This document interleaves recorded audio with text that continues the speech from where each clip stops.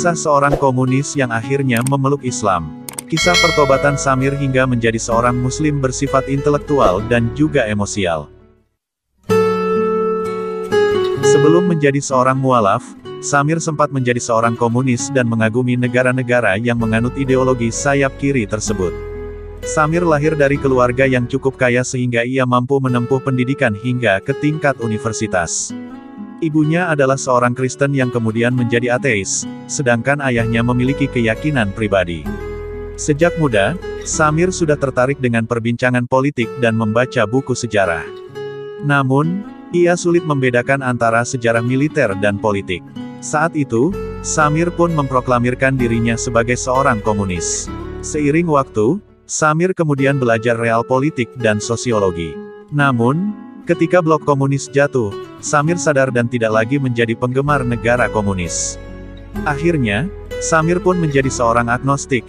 Ia tidak bertuhan dan mempelajari filsafat. Ia mempelajari filsafat karena ia tidak ingin mengulangi kesalahannya di masa lalu sebagai seorang komunis.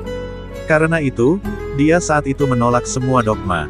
Saya ingin menghindari melakukan hal yang sama kesalahan seperti di masa lalu, jadi saya menolak semua dogma, ujar Samir dikutip dari buku Stories of New Muslims.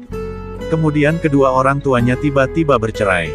Untuk melupakan semua itu, Samir pun menghabiskan waktu tertawa bersama teman-temannya dengan mabuk-mabukan, merokok, dan bahkan menghisap ganja.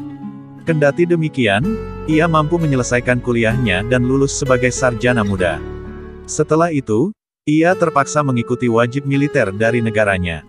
Dari pelatihan militer itu, mentalitas Samir pun mulai berubah. Namun, setelah menjadi masyarakat sipil, ia kembali menjalani kehidupan yang kelam selama setahun.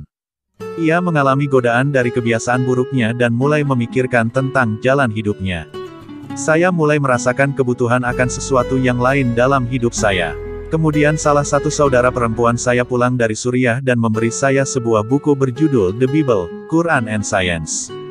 Menurut Samir, penulis buku tersebut ingin menunjukkan di dalam Al-Quran ada beberapa hal yang tidak mungkin dilakukan oleh manusia, dan apa yang ada di dalam Al-Quran terbukti secara ilmiah.